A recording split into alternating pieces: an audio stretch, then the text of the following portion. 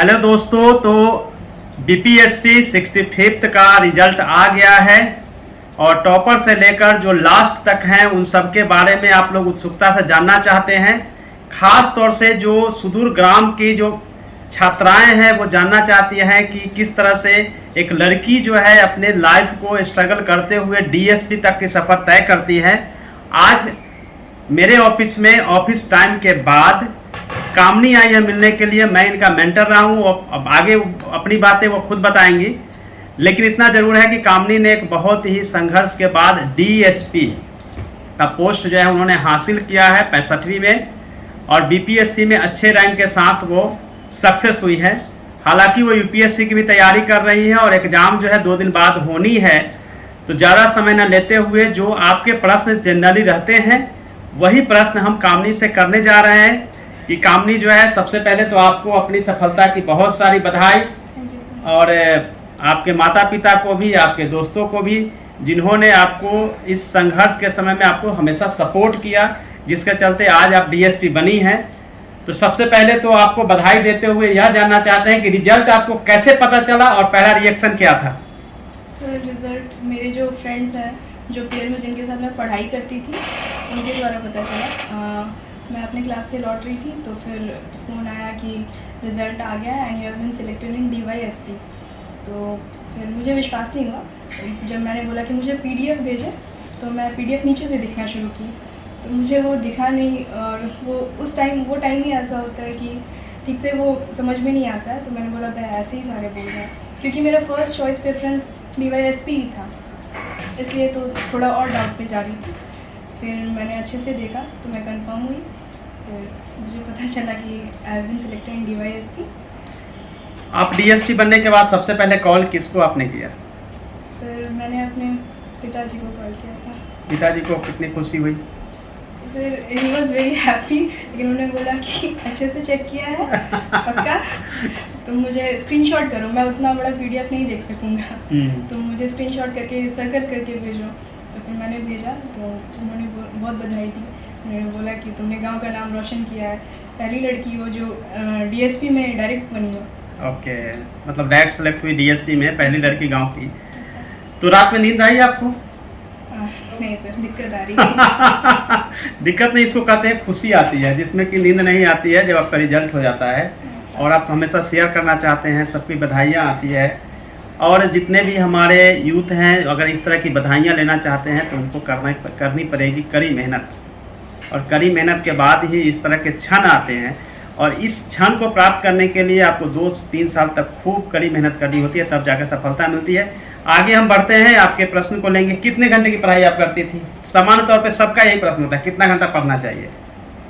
Sir, घंटे, क्योंकि ये जो एग्ज़ाम मेंस की होती है तो उस वक्त हम सारे घर पे थे, कोविड का सिचुएशन था, तो घर पे एक स्ट्रिक्ट टाइमिंग थी पेरेंट्स के द्वारा। वो गांव पे भी दिया गया था कि इस टाइम में आपको पढ़ना है। तो सर, मेंस के लिए 5-6 घंटे तो कंटिन्यू देना पड़ता था। ब्रेक आते थे, लेकिन ये है कि पढ़ाई के अलावा और कुछ नहीं कर पाते थे। अगर करना है तो या तो आराम करना है, सोना, बाकी ज़्यादा कुछ कोविड के सिचुएशन में हो नहीं पा रहा था। लेकिन एक चीज़ अच्छा हुआ कि कोविड होने के कारण हम सारे घर पे थे और सेल्फ स्टडी अच्छे से हो पाई।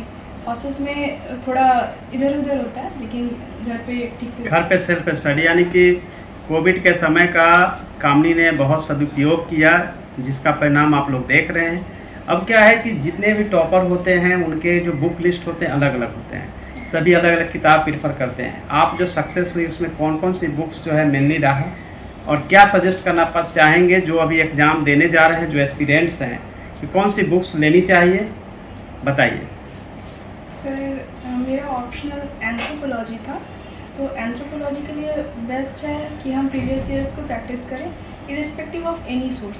प्रीवियस ईयर्स अगर अच्छे से प्रैक्टिस हो गया है तो फिर उस पर अगर अच्छे से कमांड है तो फिर आंसर राइटिंग में दिक्कत नहीं है, और ज़्यादा से ज़्यादा आंसर लिखें।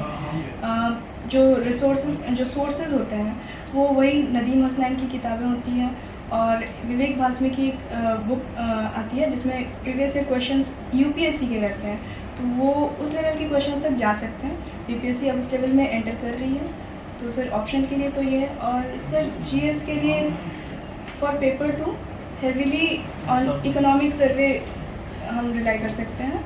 और बाकी जो स्टैटिक बुक्स हैं, जो बाकी टॉपर्स भी बताते हैं, जो स्टैटिक्स बुक्स है और जो डायनेमिक है वो तो देखना है, अप टू डेट करते रहना है। बट ये जीएस में आपने क्या पढ़ा? सर जीएस में सर हिस्ट्री के लिए सर मॉडर्न में स्पेक्ट्रम जो बुक है मॉडर्न इंडिया वो पढ़ी थी।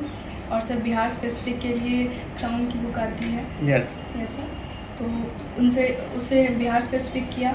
और सर करंट के लिए जो करंट मटेरियल रहता है यूपीएससी स्पेसिफिक के लिए, तो उससे तैयारी की। और कुछ बिहार के लिए भी करंट किया इकोनॉमिक सर्वे से, सर उससे हुआ। ओके। दूसरी बात यह है कि इंटरव्यू आपका अगर आपको याद हो कि किनके बोर्ड में है तो ठीक है, नहीं याद है तो भी बताइए कि क्या क्या प्रश्न क्या क्या किया गया था। सर मेरा इंटरव्यू बोर्ड दीप्ति मैडम के बोर्ड में था। दीप्ति मैडम के बोर्ड में था, क्या क्या प्रश्न किया गया? सर उन्होंने मुझे हर क्षेत्र में ले गए, हर क्षेत्र में ले गए। करंट से शुरुआत की, मेरे हॉबी में एंटर किया। हॉबी में मैं जैसे जैसे क्वेश्चन एक्सपेक्ट नहीं कर पा रही थी वहाँ भी उन्होंने पूछा। हॉबी मेरा फिक्शन रीडिंग था, तो और मेनली मैं शॉर्ट स्टोरीज़ पढ़ती हूँ, तो उनसे उन्होंने काफ़ी क्वेश्चन पूछा। और उस वक्त कुछ करंट के ज्वलंत मुद्दे थे, अफ़गान जो टेरराइज हो रहा था। अच्छा। वो तो उस टॉपिक पे काफ़ी रहा। और भी जो सदस्य थे उन्होंने मुझे एंथ्रोपोलॉजी के काफ़ी क्वेश्चन दिए। ऐसा कोई प्रश्न जिसका जवाब आपने नहीं दिया हो? सर ऐसे प्रश्न आए थे, बहुत सारे आए थे, मेरे हॉबी से रिलेटेड ही आए थे। जो आपकी हॉबी क्या है? Sir fiction reading. ओके, उससे भी बहुत सारे क्वेश्चन आए। ऐसा मैम ने राइटर्स के बारे में पूछना शुरू किया, तो 2 राइटर्स के बारे में मैंने बताया, तीसरे को मैं गेस नहीं कर पाई, तो उन्होंने आंसर को दे दिया। दूसरा यह है कि कोई ऐसा दिलचस्प वाक्य या दिलचस्प प्रश्न पूछे गए होंगे इंटरव्यू के दरमियान, ऐसा कोई है तो ठीक है। सर दीप्ति मैडम ने मेरे हॉबी से रिलेटेड एक क्वेश्चन पूछा था। उन्होंने रचना नहीं बताई राइटर की, बस वो कुछ ऐसे कह रही थी कि पता है कुछ वो ऊपर पहाड़ों पे रहते हैं। मैंने बोला पहाड़ों पे कौन रहते हैं? तो कुछ ऊपर नॉर्थ साइड याद करो, वो बच्चों की किताबें लिखते हैं। अच्छा। तो फिर मुझे याद आया कि रस्किन बॉन्ड के बारे में बात हो रही है, तो मैंने उनको बताया, तो मैंने बोला ठीक है। और तो ये रस्किन की बात कर रहे हैं कि जो मसूरी में लंबे समय तक रहे थे, और जो ट्रेनिंग जो है वो वहाँ होती है, इसलिए मुझे भी पता है। अच्छा, आप जो है आने वाले जो एग्ज़ाम्स हैं बीपीएससी के, स्पेशली जो 67th बीपीएससी का प्रीलिम्स जो है वो दिसंबर जनवरी में संभावना है कि होगी। उनको प्रीलिम्स के लिए क्या टिप्स देना चाहेंगे? क्योंकि प्रीलिम्स एक बहुत बड़ा जो है चैलेंज है बीपीएससी में। टोटल सीट का 10 गुना ही रिजल्ट आता है प्रीलिम्स का। कई बार सीट जो है 1400 होती है तो कंफर्ट होता है, लेकिन जब 400 हो जाता है तो कंफर्ट नहीं होता है। आप इंटरव्यू दे के आएंगे, अगली बार गायब रहेंगे। क्या सजेशन देंगे कि कम से कम 110 नंबर जो है पीटी में आ जाए? सर फॉर पीटी सर, क्योंकि हमें बहुत सारे फैक्ट्स इकट्ठा करने होते हैं, तो हम ज़्यादा से ज़्यादा टेस्ट लगाने का सोचते हैं। सर क्वालिटी टेस्ट की ज़रूरत होगी उसमें। और सर क्योंकि उसमें फैक्ट्स मेमोराइज नहीं होता है तो दिक्कत आती है। तो सर प्रैक्टिस में अगर बोलेंगे तो बिहार स्पेसिफिक ज़्यादा चाहिए होता है, क्योंकि जो यूपीएससी और बीपीएससी दोनों के एस्पिरेंट्स बीपीएससी देते हैं। अगर कहीं से हम उनको माइनस कर सकते हैं तो वो बिहार के लोग बिहार स्पेसिफिक करके कंपटीशन को थोड़ा सा ये कर सकते हैं। तो बिहार स्पेसिफिक में ज़्यादा। अब आप सफल हो गई, अब आगे का लाइफ का प्लान क्या है? अभी आगे ऐसा नहीं है रुक गया है, अभी आगे प्रिपरेशन चल रही है, यूपीएससी की प्रिपरेशन चल रही है। परसों है। जैसा कि मैंने बताया था कि कामनी का ऑलरेडी डीएसपी हो गया है, लेकिन इसका मतलब ये नहीं है कि यह पड़ाव है। अब यूपीएससी की तैयारी चल रही है, यानी कि आगे जो है लक्ष्य जो है वो यूपीएससी ही है।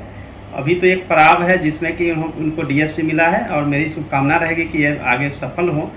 और आगे बहुत सारे प्रश्न हैं जो कि हम आगे लेंगे और फिर दूसरे वीडियो में आपको बताएंगे कामनी के स्ट्रगल के बारे में। लेकिन लास्ट में एक प्रश्न पूछना चाहेंगे कि आपको अपने दनियामा से आकर, बहुत पटना के पास में है, पटना में आकर आप रह रही हैं, और स्पेशली जो है आपको देखेंगे कि जो गर्ल्स हॉस्टल पटना यूनिवर्सिटी के हैं वहाँ पर रह रही हैं, और तैयारी के दरमियान भी आप रही थी।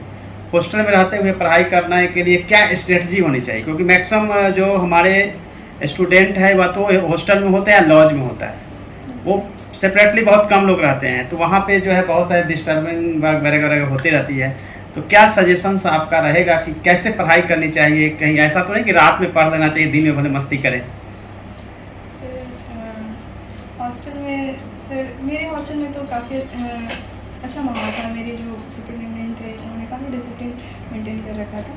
लेकिन ऐसे अगर हॉस्टल जो आजकल के यूथ लाइब्रेरी को बहुत प्रेफर कर रहे हैं, तो एक लाइब्रेरी का ऑप्शन है जहाँ हम सेल्फ स्टडी अच्छे से कर सकते हैं। सर दूसरा है कि हम पेयर में पढ़ सकते हैं। यस, पीयर लर्निंग का बहुत महत्व है। और लाइब्रेरी की बात हो रही है तो पटना यूनिवर्सिटी लाइब्रेरी आप सब जानते हैं 24 घंटा भी ओपन किया गया था, और हम लोगों का पूरा आधा बेड तो लाइब्रेरी में ही होता था। पटना यूनिवर्सिटी लाइब्रेरी में हमने भी पढ़ा था। कामनी आज सफल हुई है पटना यूनिवर्सिटी से ही, जूनियर में ही रही है पटना यूनिवर्सिटी की, और अभी LLB भी कर रही है। मैंने भी LLB किया है पटना लॉ कॉलेज से, तो जूनियर के हिसाब से भी और हमारे से जुड़ी रही है, इसके हिसाब से भी। बाकी जो बहुत सारे हमारे जो एस्पिरेंट्स हैं, हमारे यूथ हैं जो हमसे जुड़े हुए हैं और अभी हमें देख रहे हैं, सबको मैं यही कहूँगा कि अगर आपने 2 साल की अच्छी पढ़ाई की तो पूरी लाइफ जो है आपकी अच्छी होगी। माता पिता का सम्मान बढ़ेगा, सोसाइटी का सम्मान बढ़ेगा, और आपकी जो अपनी खुद की सेटिस्फैक्शन है एटलीस्ट जॉब की भी, वो आपकी मिलेगी। अदरवाइज अगर आप बाकी के फालतू के चीज़ों में अपना समय गवाएंगे तो आपका रिजल्ट जो है वो संदिग्ध हो सकता है, नहीं हो सकता है, और आप सफल नहीं होंगे तो बाद में आपके पास हाथ मलने या पछतावा के सिवा कुछ नहीं मिलेगा। तो कामनी जाते जाते लास्ट में क्या कहना चाहेंगे? सर ये एग्ज़ाम पेशेंस चेक करता है। पेशेंस चेक करता है। यस सर, क्योंकि एक साल पीटी होता है, दूसरे साल कभी कभी मेंस गायब हो जाता है कभी मेंस नहीं होता है, फिर तीसरे साल फर्स्ट एग्ज़ाम में ऐसा ही हुआ था। तो ये पेशेंस चेक करता है ये एग्ज़ाम। तो कंटिन्यू रहना सबसे इम्पोर्टेंट है, इरिस्पेक्टिव ऑफ कि आप बहुत ज़्यादा पढ़ाई करते हैं, बस जितना भी करते हैं उसमें आप कंटिन्यू रहें, तो वो एक ना एक दिन तो मिल ही जाता है। तो वो 2 तरह की चीज़ें हैं, एक तो कंटिन्यूटी होनी चाहिए, निरंतरता होनी चाहिए, और दूसरी है पेशेंस।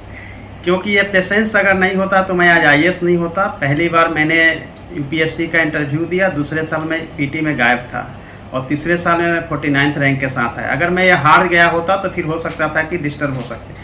सो पेशेंस, एक धैर्य की ज़रूरत होती है। इसलिए दुनिया का नारा जमे रहो तुम, और काम जो है करते रहो, क्योंकि हमेशा जो है चैलेंज या असफलता तब इसलिए आती है कि आपको चेक करती है कि आप कमज़ोर तो नहीं हो गए, यानी कि आपको मजबूत करने के लिए समस्याएं आती है और उसके हिसाब से काम करना होता है। पीयर ग्रुप का जो महत्व कामनी बताए थे, बिल्कुल हमने भी अपने समय में पीयर ग्रुप में ही पूरी पढ़ाई की है, सेल्फ स्टडी की है। तो पीयर ग्रुप का होना बहुत ज़रूरी है। उसमें अच्छे जो पढ़ने वाले हैं उनका एक ग्रुप 4-5 लोगों का जरूर बनाइए, जिससे कि अधिक से अधिक पढ़ सके। लाइब्रेरी जो है बिल्कुल प्रीफर कर सकते हैं, जहां आपको लगता हो कि एक ग्रुप में पढ़ाई की जा सकती है, पढ़ने का जो मोटिवेशन है वो मिलता रहता है।